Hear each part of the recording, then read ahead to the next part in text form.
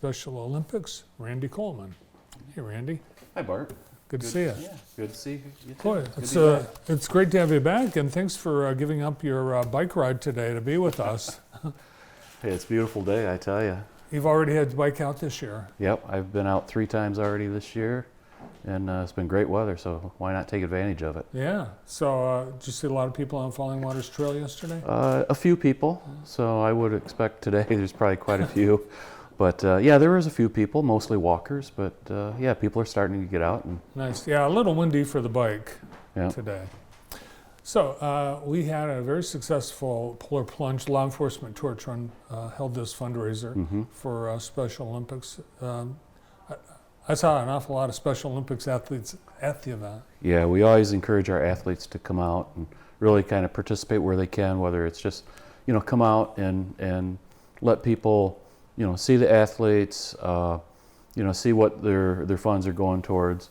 But yeah, it was a great event. We had over 300 plungers this year, and at last count, I think they had made somewhere around $59,000 this year. So I think they were expecting to actually hit 60,000 by the time all the fundraising was stopped. So, and Polar Plunge is continuing around the state as well too, in different areas. But yeah, the Jackson Plunge over the last few years has just kept growing and growing, and it's an awesome event, and just a great event. And we certainly appreciate the law enforcement torch run putting it on for us.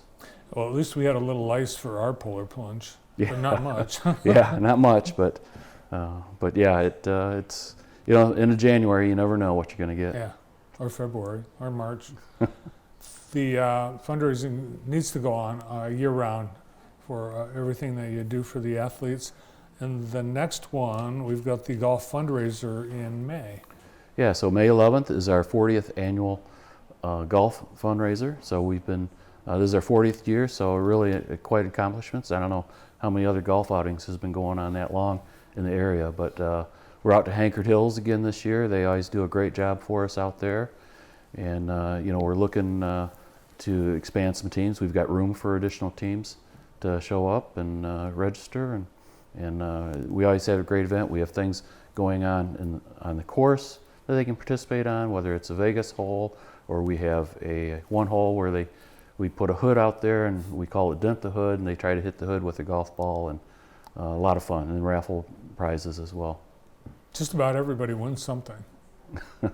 Yeah, there's a lot of opportunities. And then the next month, in June, you've got a barbecue, but it's also a cornhole tournament. Yeah, so last year we put on this third fundraiser that we have through the year, and we really just started small. We wanted to see, number one, can we do it? So we had this competition barbecue event. We had 6 teams sign up. We had probably about 100 people show up for it. And so this year we're looking to expand that, and we've actually teamed up with the Federation Cornhole group. And we're actually going to host their state amateur championship. And it's going to be at the American One Event Center. We're going to have 36 to 37 lanes set up inside the American One Event Center. And we're expecting 10 to 15 barbecue teams out on the patio this year. I'm kind of good at cornhole, so should I try to get on to the championship? Sure. It is. It's open to the public. It's an amateur championship. So I'm really not good at it. I mean, once in a while I'll hit it. Yeah. So you can actually be on a cornhole team in college. There's Adrian College has a cornhole team. Okay. Yeah. Yeah. So thanks for giving us early warning on both of these events coming in May and June. You can start signing up right now, and is it all on the website right now, Randy? Yeah. We've got it on Facebook as well. But yeah, if you go out to somi.org, SOMI.org, just do a search on Area 19. It'll give you my contact information and you get a hold of me. But if you go out on Facebook and do a search for Special Olympics Michigan Area 19, you'll find it out there as well too. Cool. Last year, JTV visited Columbia schools and participated in a new program. I think it's Unified.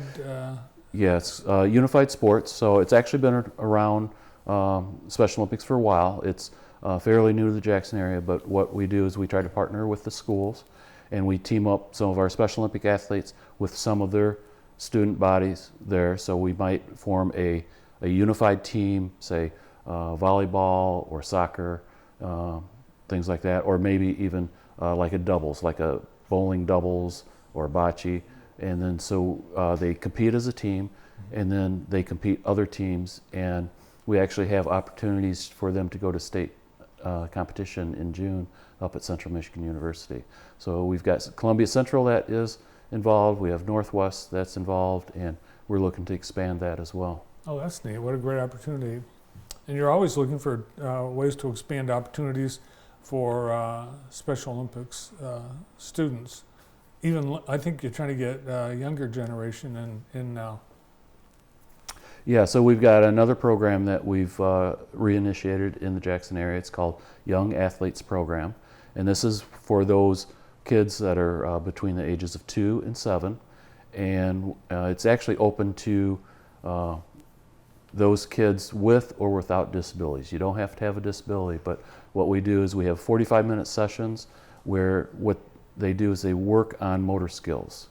So we have great volunteers that are trained in young childhood activities, and they operate that for us. And we had a session last year, and we've doubled the size this year, and it's just a great opportunity. And again, there's an opportunity for those young athletes to go up to state competition and not necessarily compete, but they have an active area up there for them to play around in and stuff like that. Do we have 2 competitions each year, or is it just one? So we have Summer Games, which is in June. We just finished up the Winter Games beginning of February.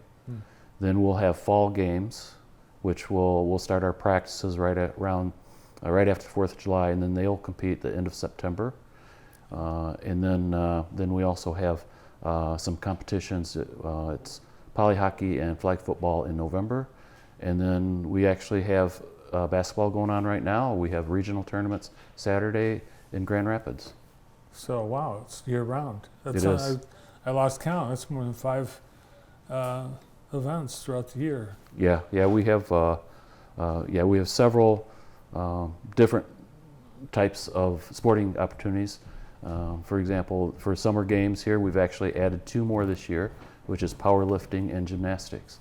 So now we have a total of 7 sports that will be taking athletes to compete in up at Summer Games. Something for everyone. Yes. Do you need volunteers with all this stuff you're doing? We do. You know, we're pretty lucky in that area for volunteers, but yet, you know, we're always looking for volunteers. You know, because we get, sometimes around due to timing or whatever, we may have some issues. But yeah, we're always looking for volunteers, and all of our volunteers, they actually go through an online training program. And we always do background checks on them as well too. So we know that our volunteers are going to take care of our athletes. Awesome. We have the golf outing in May, and then the barbecue and cornhole in June. Visit somi.org or their Area 19 Facebook page for all the details. Randy, thank you. Well, thank you. I appreciate the opportunity to come in. Area Director of Area 19 Special Olympics, Randy Coleman. The